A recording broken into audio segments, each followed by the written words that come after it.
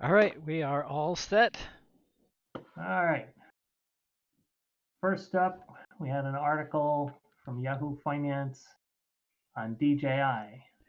Well, let's see. Before we jump into that, let's give everybody a quick welcome and say that welcome to our FPVFC meeting. I'm Dan.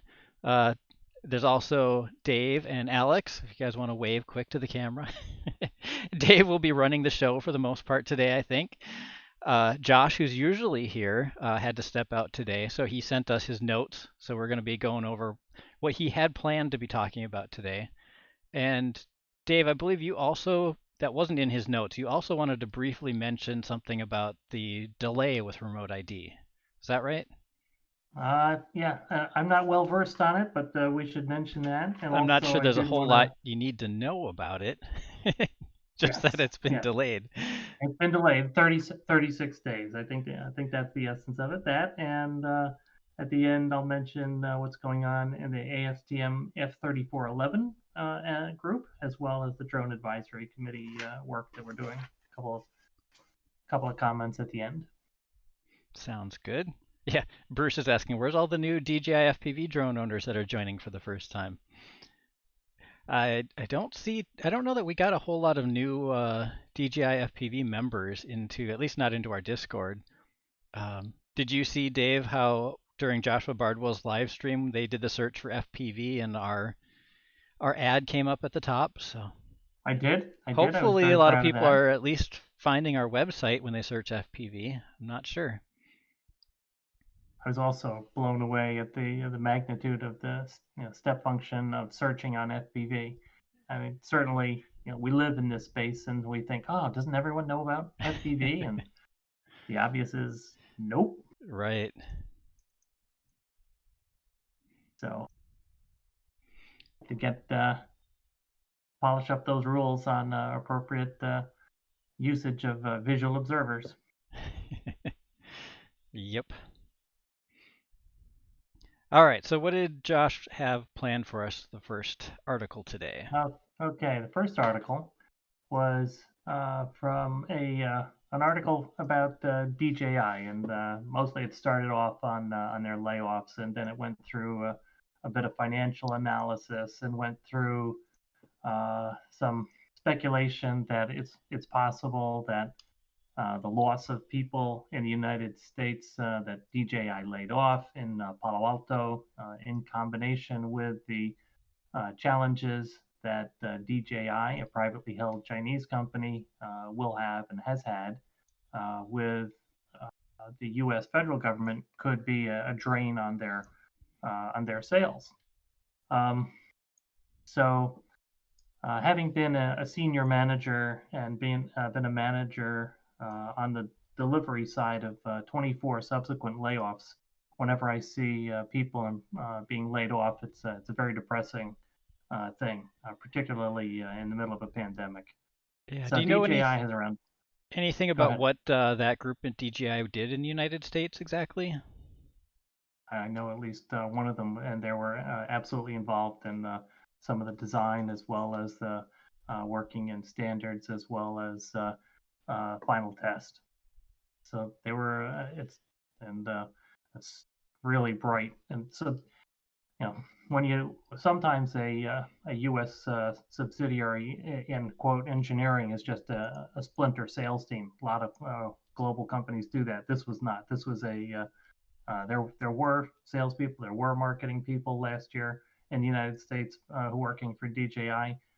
But the Palo Alto group is a R&D or engineers working on development and final test and approvals, specs, as well as assisting the regulatory and standards bodies. Okay. And it sounds like So some of the people chose to leave and a lot of people were left laid off. And I'm sure that's fancy speak for something else, but yeah, it's never and so having managed a lot of times the people who are left behind, that's a real difficult situation. And to me, what's one of the several of the important takeaways are that the DJI works with and contributes and collaborates with the ASTM on standards. They worked on the ARC, the Aviation Rule Committee for UAS a number of years ago. They work with Assure, with the universities on testing, and they work with the Drone Advisory Committee. So they're working with the regulators, and they also lobby Congress very effectively. So they are absolutely an advocate for recreational and commercial drones, and they do a lot in addition to producing drones. So to me, I saw that and I was like, that's a really unfortunate news. But Yeah.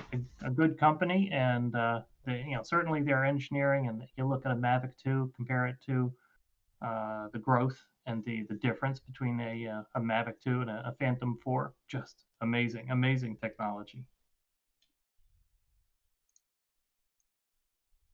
That's all I had on that article. All right. Don't know if anybody had any questions about that, but what else did Josh have for us today? Okay, and Alex, could you keep an eye on the questions? I'm not I don't have a screen up on the questions. I'm sure I'll miss something. If you just give a yell if something comes up that Dan or I miss. I don't see any questions yet. But it says right, XJet is typing, so you never know what's going to come up. Yeah. Is DJI changing its focus from commercial to recreational users in light of the federal restriction?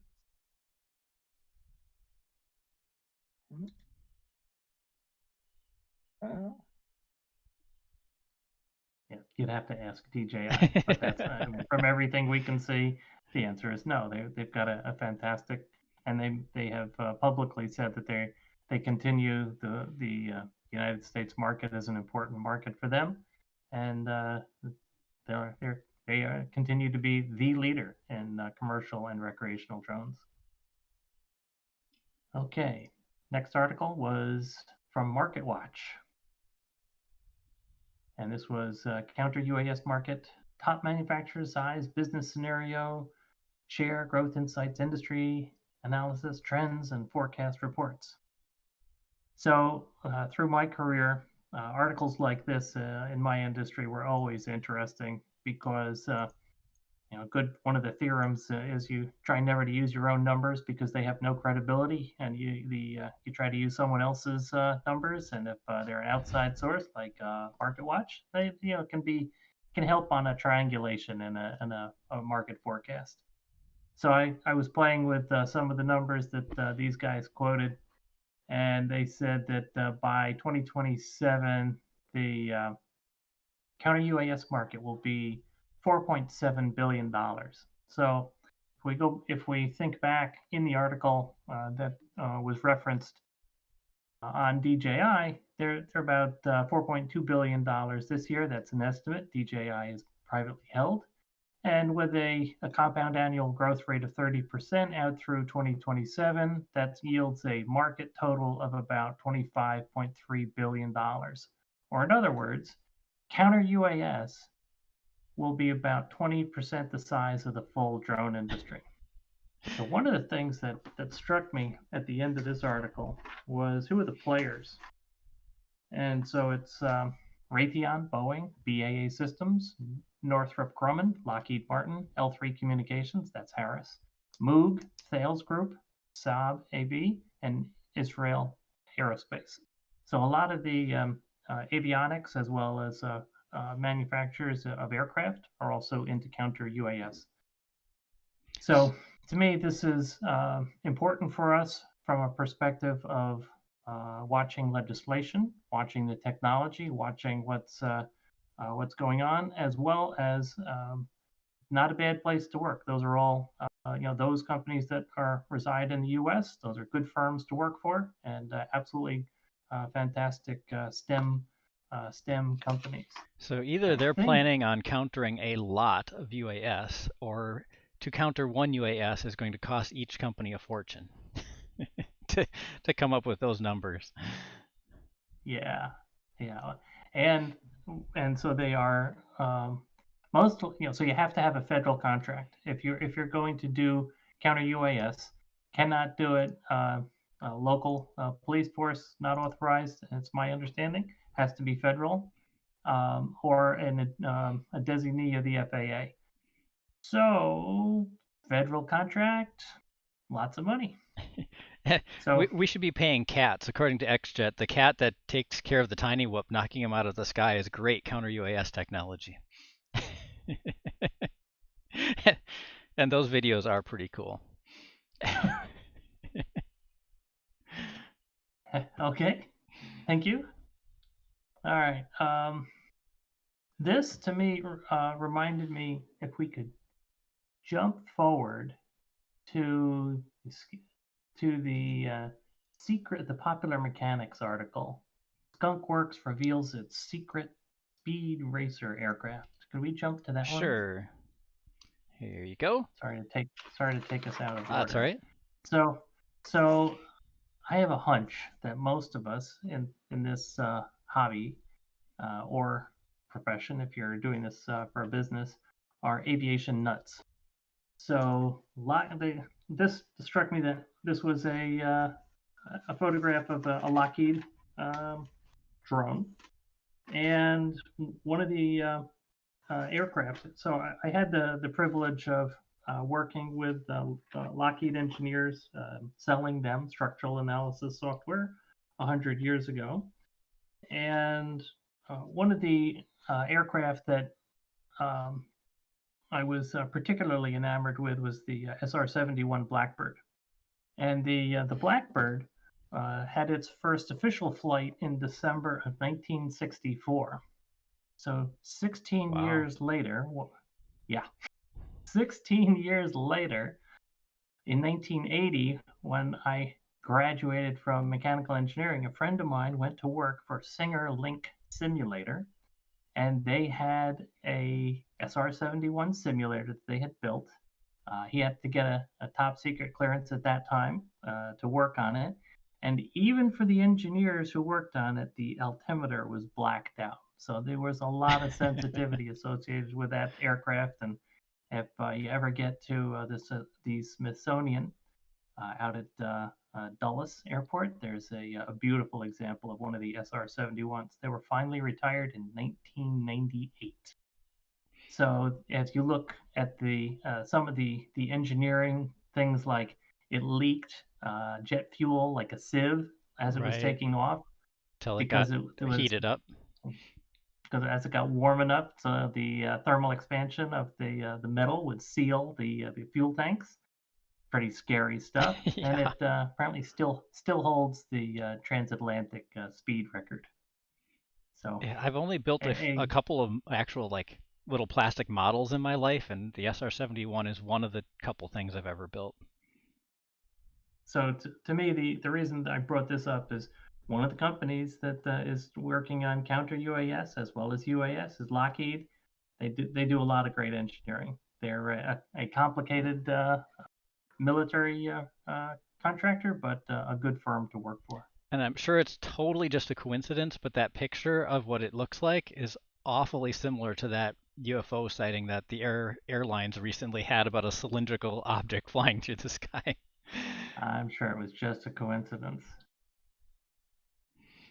Okay, so I think I skipped the article on the Choctaw Nation teaming up. All right, see if I can grab that link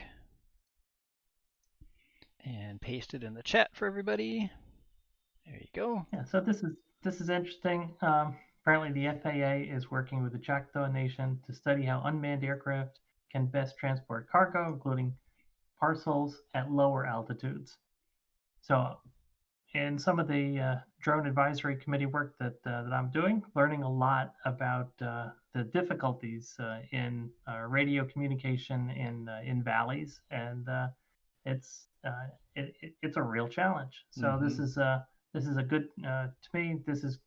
There's doing good and looking good, and so when there is looks good for the press, but it's also doing good for the whole country. And to me, this is a positive. And so I had this to me brought to mind. We're working on the drone advisory tasking group number 10. it has to do with gender neutral language. And so we're putting together recommendations for the aviation industry, starting with the drone industry, on what we should be doing about gender neutral language. And so one of the groups is the airline representation, and they are still heavily male, like north of 90% male in the cockpit.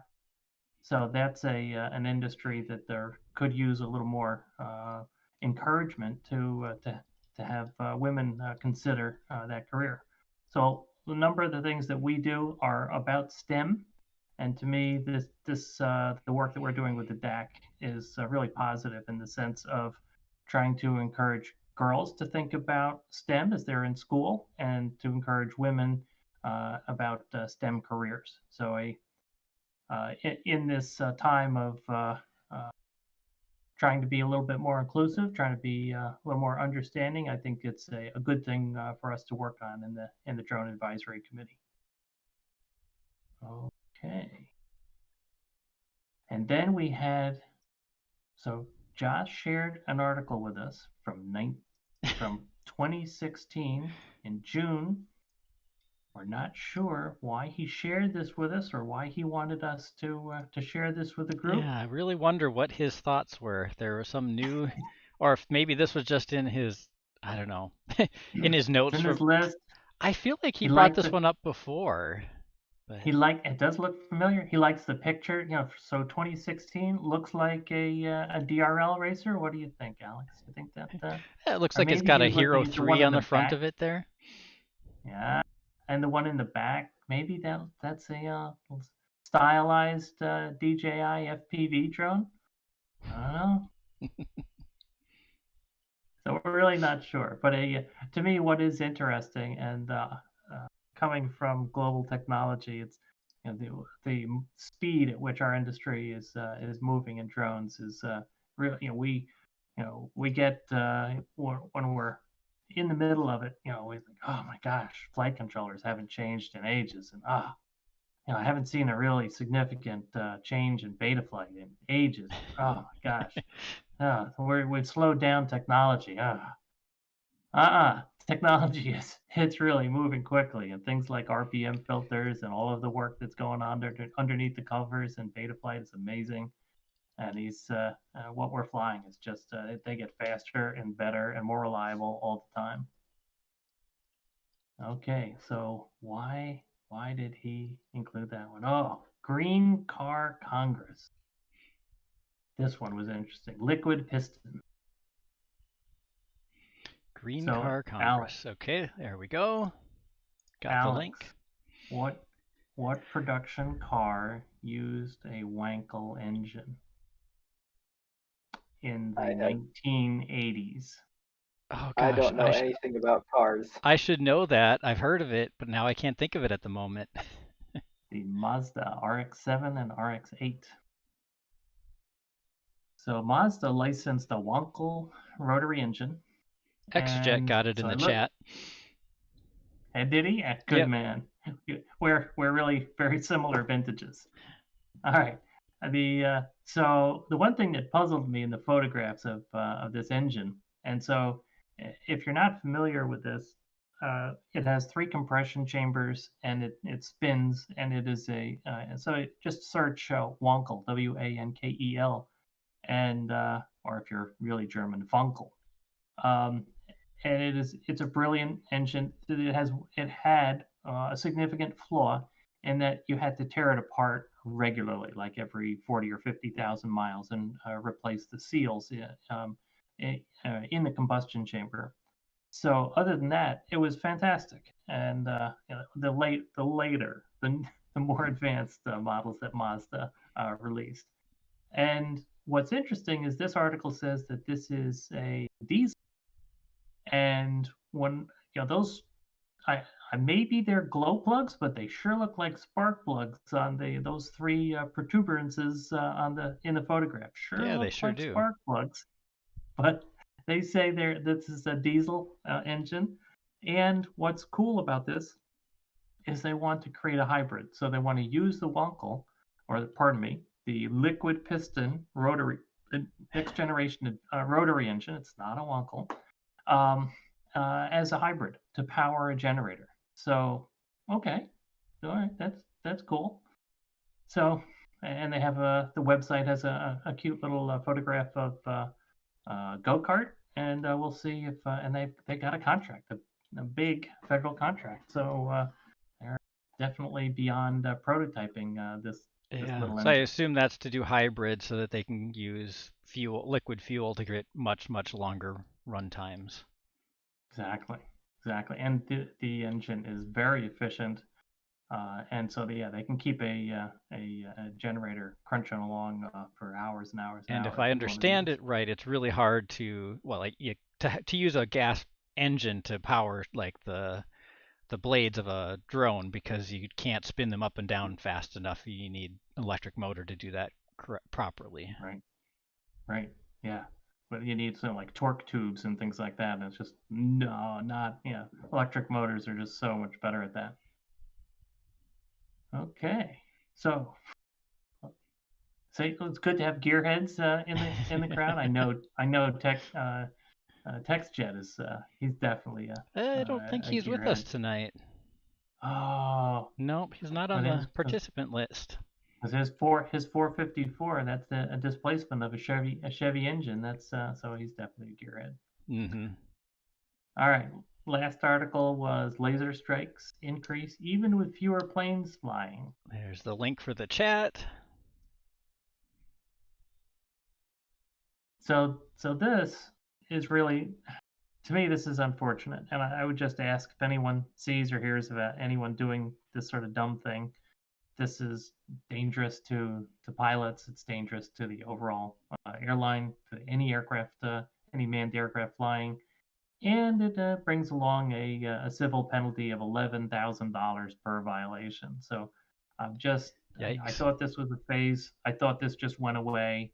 I'm very unfortunate that the frequency of this is doubling, and it just as a community of people who try to follow sensible rules. If you see this, just get people to stop it. This is I don't just know if so people have so more free so time dangerous. now, so they're shooting lasers in the sky. But if they want to point Why? their lasers Really? at something, they can try to point them at my freestyle drone while I'm flying around. There you go. That'll give them There you something to go. do. And as Bruce mentions, a pilot's worst nightmare, a drone with lasers on it. He mounted two lasers to his MXP-230 back in the day. Yeah, that would get some FAA attention right Oh, there. oh, yeah. No, no, yeah, no, no Just no. weapons, no firearms, no lasers, no bombs, nothing. We don't. Just don't do it. It's just a bad plan. Your day will not end well. All right. But if you had a really um, bright green laser shining off your drone, you could fly it at night and see it really far away, so it'd still be in line of sight. it would probably exceed the 3 statute miles or nautical miles. Yeah. Okay. All right. Um, What last else two did you things have I for wanted us to chat. today? Last two things I wanted to chat about. One was the ASTM work. So one of the things that's interesting to me as I started to get involved in this a couple of years ago was like who's working to help the recreational industry as well as small commercial UAS uh, shepherd through regulations and standards. So I have recently signed up to help out on the ASTM F38 committee F3411 standard, which is the remote ID standard.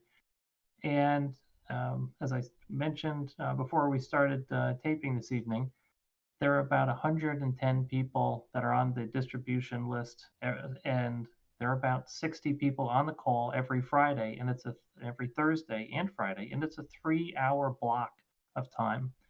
And these are really sophisticated engineers, um, programmers, manufacturers, engineering management, um, and so they are dedicating this block of time to what now update and race against the clock to update the standard. And I may have mentioned that what the approach is that we will produce an update to the ASTM remote ID standard that will be provided to the FAA, and with an approval, it will be a means of compliance. And so that meaning, if you want to build a broadcast module or a standard remote ID UAS, you follow that standard and you have demonstrated the means of compliance. So Even if you that will then is not strictly following what the regulations say, as long as it's following the means of compliance, it's okay. So that sort of gives critical the point. FAA some wiggle room on things. Is that how that works? And it can go in either direction. It can be either a you know amplifying or an attenuation, and so it can be less or more wiggle room, and so whatever makes sense. And so the FAA has been very clear that their objective is to you know not get in the way. They really want people to or manufacturers to be able to make products. And so one of the things we're working on right now is the GPS altitude specification. And so we'll go around on this, but there are, like I said, 60 or 70 people spending blocks of time together, as well as doing research in off hours to race to get about 1 year of time to the manufacturers so that they'll have time to make the broadcast modules as well as the standard uh, uh, RID UAS, remote Has identification UAS. has anybody seen any public information about any companies releasing any plans for making like remote ID modules or putting remote ID, standard remote ID in their aircraft or anything? I haven't seen anything publicly yet. Just curious. Yeah, I've not seen anything that's public. Certainly, there are a number of contenders that we would love to see, and the benefit of what we're doing is they would be able to pick up the approved means of compliance, which will be a deviation of an addendum to the original ASTM standard, and it will comply by per the FAA, and then the manufacturer needs to build it, and then they work up a declaration of compliance, and then they're able to produce the product, the broadcast module or a standard RID UAS. So So Ryfly in the chat saying he hasn't seen anything for the hobby side, but on the commercial side, there's stuff out there. I yeah, think that's what he's saying.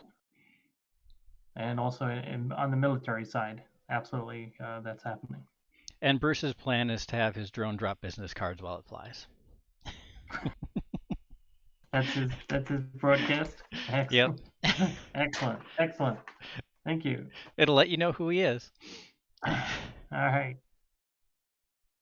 So one of the things we're changing gears. Last topic was we're working with on the tasking group 9 that we heard back last month at the DAC. There was a brief update by Matt Satterley, and the tasking group is to create recommendations to improve situational awareness for low altitude aircraft using remote ID information. So as we devised and broke up the activities of this tasking group, one of the subgroups, the one I'm working on or spending most of the time on, is let's think outside of the box and what would be useful to help situational awareness.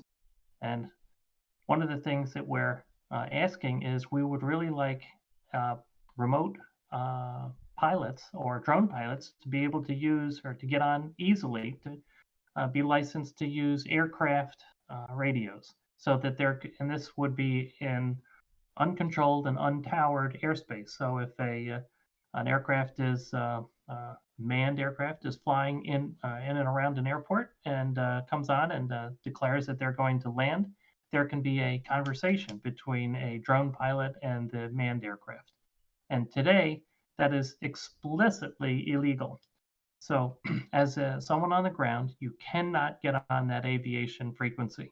So, this would not require a rule change. This could be done somewhat easily, and we feel it would help situational awareness. If all of a sudden, if we're flying like my local radio control club flies at an airport, and the airport is privately owned, and maybe one aircraft takes off a month, so it's not really heavily used, but it is an aircraft that's uncontrolled airspace. So if someone wanted to land, they could. And wouldn't it be cool if we could have one of these turned on, monitoring, and have a conversation? You can listen right now. You're just not allowed to push the talk button, right? Good, absolutely right. And I'm pretty sure XJet's probably going to just say this. That I know I've seen in his videos. He's got a radio like that when he's flying at his airport and listening to the traffic. And yeah, he just wrote in the chat that we used to do that here at the local airfield, and it was a significant contributor to safety until the CAA banned him from using the radio, even though he has a valid RTOC, radio telephone operator certificate. Right. And Alex and I were talking that he and I both have our general class ham radio operator license, but that does not get, in the United States, that does not give us the privileges to operate on the aviation frequencies. So this is just an example of common sense, and we've got a group of really knowledgeable folks on this subgroup, and this is one of the recommendations that will likely bubble up to the DAC. Yeah, so to me, I was just so silly that you guys could be out flying at an airfield. You could hear an airplane coming and say, I don't know, somebody's got an accident going on the runway, or there's an aircraft in the air that can't get down right away, and you can't tell them, hey, watch out, just hang on a minute while we get out of your way. There's a good example. For the last 20 years, I've participated in a model event. It's an AMA sanctioned club in Rhinebeck, New York, and it's the Rhinebeck Jamboree. And so we've done this now for 50 years, and I've been part of it for 20. And we have huge pre-1939 model airplanes flying all weekend long. It's also, there's an air show that's done. So there are full-scale aircraft landing on this uncontrolled strip through the weekend. And so wouldn't it be great if we could have contact with the people in the sky, because some are just flying over because they see all this excitement and fun and like to circle, which forces us to quickly land 6 or 7 very large model airplanes. And so it would make a lot of sense from a safety perspective as well as efficiency. And I wanted to end on something positive as I was looking through this list of news that was a little depressing. A little less than positive. Well, we can always go back to the fact that they delayed remote ID for 5 weeks. Right. Now we just need one more of those every month for the next 10 years, and we'll be good.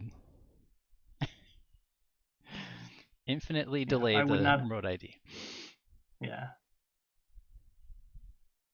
All right. Anything around the room, or any points or questions? Alex, anything on anything from York University? Nothing here yet. Alex, are you on one of the tasking groups? Yes. I'm on the tasking group 9, subgroups 1 and 2. What are the subgroups? Show up when I'm not in class. Say that again? I said I show up when I'm not in class. Oh, when you're not in class. You said you're on subgroups 1 and 2. What are those about? Subgroup 1 was so far just looking over the RFIs and looking at more questions we can ask to narrow down or get more information on what remote ID could be used for the low altitude and aviators. In the March timeframe, the FAA let an RFI, and they got 30 responses, and so that was way under what they wanted. So just as Alex is saying, we've looked through the RFIs, we've read all of them, and then from that we've created a survey that will be probably in number of surveys, because the original RFI was specified and directed only to helicopter pilots. And the question was, how could you improve situational awareness with a drone and flying low altitude?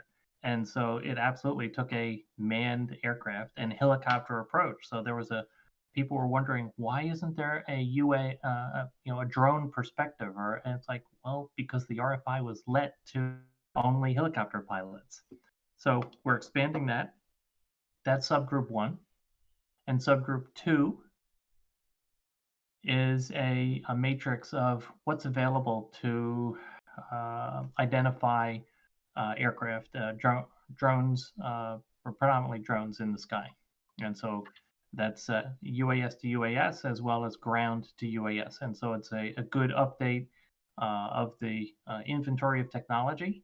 And then subgroup 3 is the one that I mentioned, which is where we are making recommendations that will be piecewise improvements in situational awareness as we get to an unmanned traffic management system. All right. So, and Ryfly was clarifying about the the delay to remote ID, that don't forget that once it's around, you have 3 years to comply. So the delay was in the final ruling going into effect, and then after it's in effect, it says you have 3 years to comply. So we have roughly until now October, I suppose, of 2023 before we have to have compliance with remote ID, and manufacturers have a year less than that. Good. Thank you for the reminder. Very good point. I mean, we just saw it and like, oh yeah, we just factored that into our. Doesn't everyone know that meant October 2023? No. Right. Thank you. Good point. And let's see, XJet's wondering, is anyone worried that someone with a DJI FPV drone will fly without an observer and injure an innocent party, causing the FAA to clamp down really hard on compliance with the observer rule? My feelings are is we're already in the crosshairs of the FAA, and they're coming down pretty hard on everything. So I don't know. It doesn't seem like random drone flyers are really the driving force behind a lot of these rules. But one of the things that I'm if this comes up, I want to take this on as an opportunity to see if we can press for some testing about improved situational awareness when you're using a set of goggles and you have the ability to yaw instantaneously to see what's behind you. You can see what's around, and so I feel flying model RC fixed wing airplanes, visual line of sight for 4 decades, and then for the last 5 years flying quads with FPV. Just to me, the improved situational awareness is amazing, but of course the doctrine is, oh no, you need a visual observer to be able to see the context of where that aircraft is flying, so you can see if there's something farther away coming into your space of where you're flying. Not with the quality of graphics that we have in the goggles now. Right, FPV far away from you, looking farther away from you, you can see something better than you can line of sight that distance away. Yeah, totally with you there. Flying FPV gives you better situational awareness in most cases. Right. And the topic that we're working on this tasking, which is, what's the situational awareness at low altitudes? So we're talking about agriculture sprayers, we're talking about helicopters, we're talking about medevac, police, tourism, private, and so it's a good topic. But yeah, so good question. Appreciate the humor, but we may try to take it, see if we can take it seriously. If there is if there's a huge increase in the number of FPV pilots and the FAA responds to the lack of visual observers, it's a goal that I have see if we can lighten up the guidelines on the visual observer. Well, and if we've got more FPV drones in the sky and still zero aircraft falling out of the sky from being hit by drones, then we just have more data to say it's safe. It's not an issue. Yes. Let's see. Ryfly is also saying the real question will be the flying zones. Everyone assumes that the AMA field will get counted, but still no one knows what will get approved as far as FRIAs go. That's correct. Yeah, And not every AMA field will necessarily get approved either. So there's that to look into as well. Right, and they all have to apply.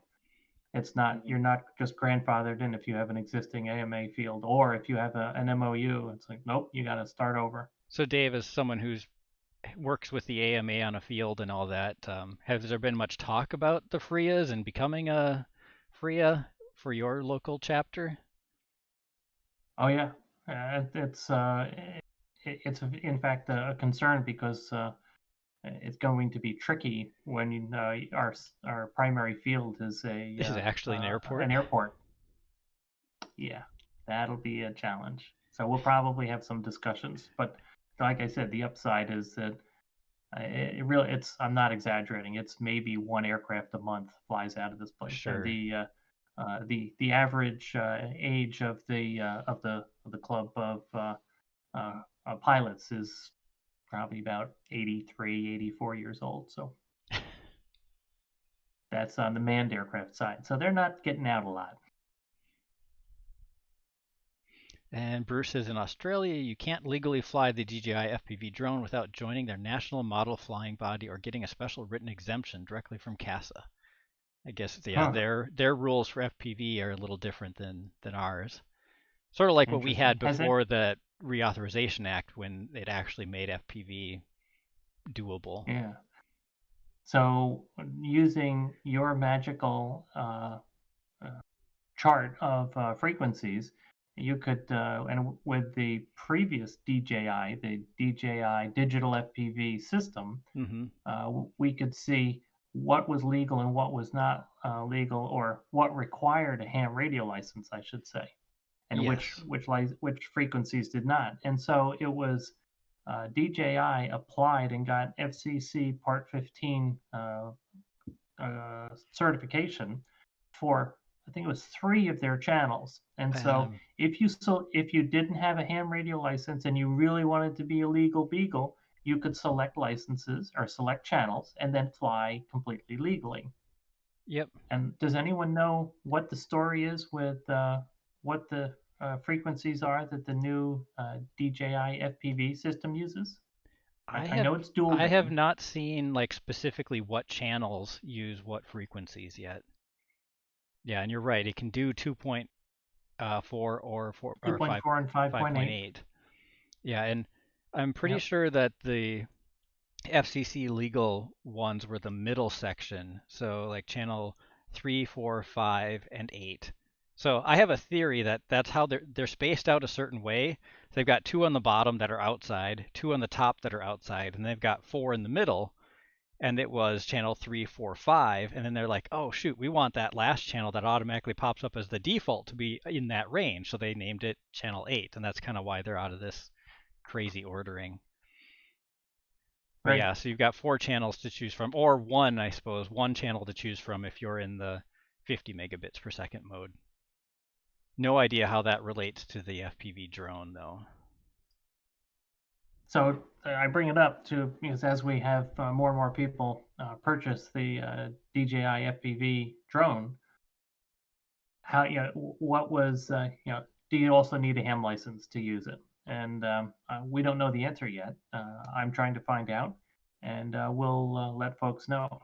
You could ask Bruce if the box says Part 15 certified on it anywhere, although that would not necessarily be in his version of the box unless they've got the same box worldwide, but maybe it would be.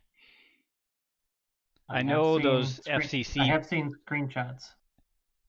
I know on my, like the air unit box, or at least in the manual somewhere, it says FCC Part 15 certified on it.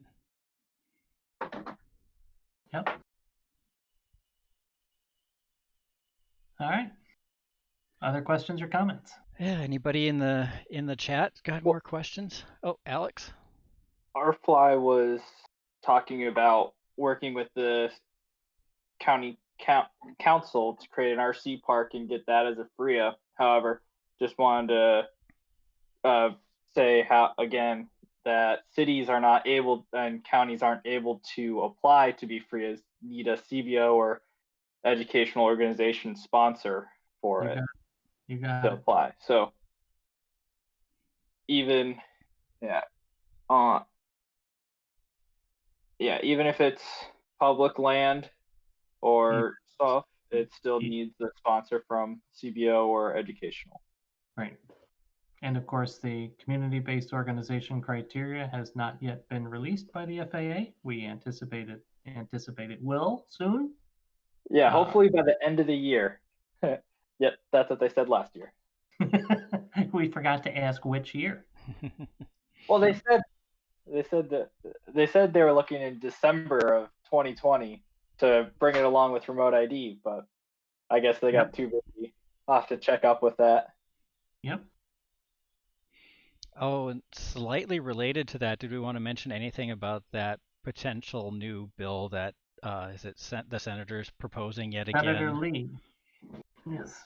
Yeah, we can mention that. So it's the bill is still in planning, so it does not yet have a number associated with it. But Senator Lee, who issued this bill last year as Senate 2505 under the last Congress, the 116th, uh, put forward a drone zoning piece of legislation. And at first blush, it's like, well, that sounds so bad. That means I can fly up to 200 feet and no remote ID. It's held under state and local municipalities. Doesn't sound so bad. We oppose this legislation because it opens up and encourages private companies, like one notable software firm in particular, to charge fees for flying, for landing and taking off. And it also requires that you get permission to fly over public land as well as private land. So this is not a positive in our view. The last time the bill came out, gov.track, the very useful website, gave it a 3% chance of passage, and that's about where it sat. It never got out of committee, which was just fine by us. And we are concerned that Senator Lee brought this topic up during the Senate confirmation hearings of now Secretary Buttigieg. So he's on a bit of a tear on this topic, and we may ask folks to send love letters to your senators and congressmen if they are on the aviation subcommittees. We'll see how it goes. One of the reason we are concerned about this is that things, the positions and ideas are starting to formulate for the 2023 Reauthorization Act, which will be taking up significant shape this year and, of course, next year. I could see that this would be a very controversial thing, especially in the FPV community. There's a lot of people that, it's my airspace around my house, I should own it kind of thing. And Right. on the other That's why hand, on first blush, it sounds attractive. right. On the other hand, if your city, state, whatever basically says no drones flying anywhere, you can fly in your yard, but don't leave your yard or else you're in trouble. And we're going to use our ID to charge you. Yeah. And reading Yeah. through that proposal, it definitely made it sound like their vision of the future is every drone takes off from your property or from public property, goes up to 200 feet, flies in the area between 200 and 400 feet, zooms around a little bit, comes back home and lands. That's how drones work, which to most of Right. us would be extremely boring flights. Right. You're like, no, no, Race no, to the no, no. What Was about that Alex? racing? That would be interesting to race at 200 feet. Yeah, How you've we got to get the have your gates that gates high. at 200 feet tall gates. Yeah. Elevated Air gates. Yeah. gate. Yeah. lighter, held up by lighter than aircraft. I love it. Yeah, just no prop strikes on them. I was thinking, well, they just fizzle because it'd be helium, not nitrogen, right? Well, if you did hit a gate, you have plenty of time to recover and fly back up. But then you'd be breaking the law. Right? Yeah, you fall below 200 feet and you get fined. You're kind of screwed. Extra incentive to be careful. Yeah. Yeah, like Well, Wi-Fi good says, luck the with gates would be spotters too. digital. They'd be like augmented reality gates, which would be pretty cool.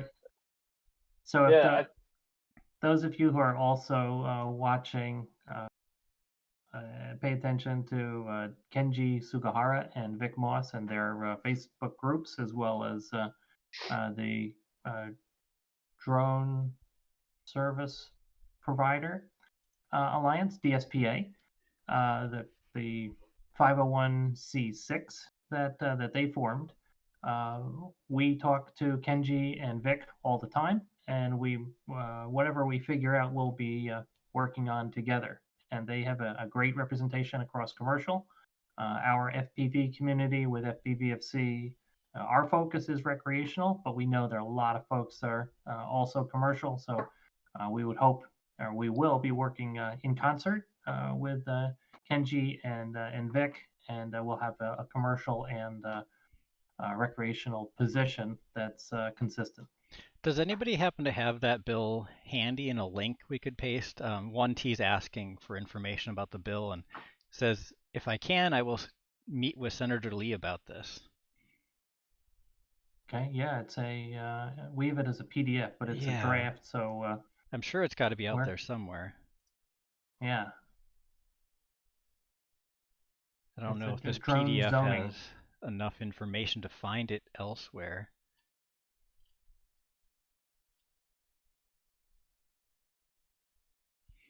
I would otherwise guess it's on Facebook someplace. Yeah, how can we help? Can we put it up on Discord or? And this is a draft document, so this is not, like we said, it's not yet published. Might be prudent to wait, and maybe we'll put it up. We can put a link on it when we get the bill number. If it gets published. Okay, Alex posted the PDF into Discord, so he can grab the PDF from there. Good thinking, Alex. I just downloaded it off of your email. So. Excuse me, you did what? I downloaded it off the email that you sent. Good. That works. And as long as you just put it up with just the PDF. Yes, just the PDF. Perfect. Thank you. Well, is there anything else we forgot to cover this week? Okay, we missed Josh. We appreciate Josh all the more. Yeah. Hopefully he'll be back in 2 weeks for our next meeting. That would be great. But Dave, I think you did a great job keeping this meeting going, so thanks. Thank you. All right. Well, we'll call it an evening, and thank you everyone for signing in. And we'll be, as Dan said, we'll be back in 2 weeks. And study hard, Alex. Good luck. See you guys later. Take care.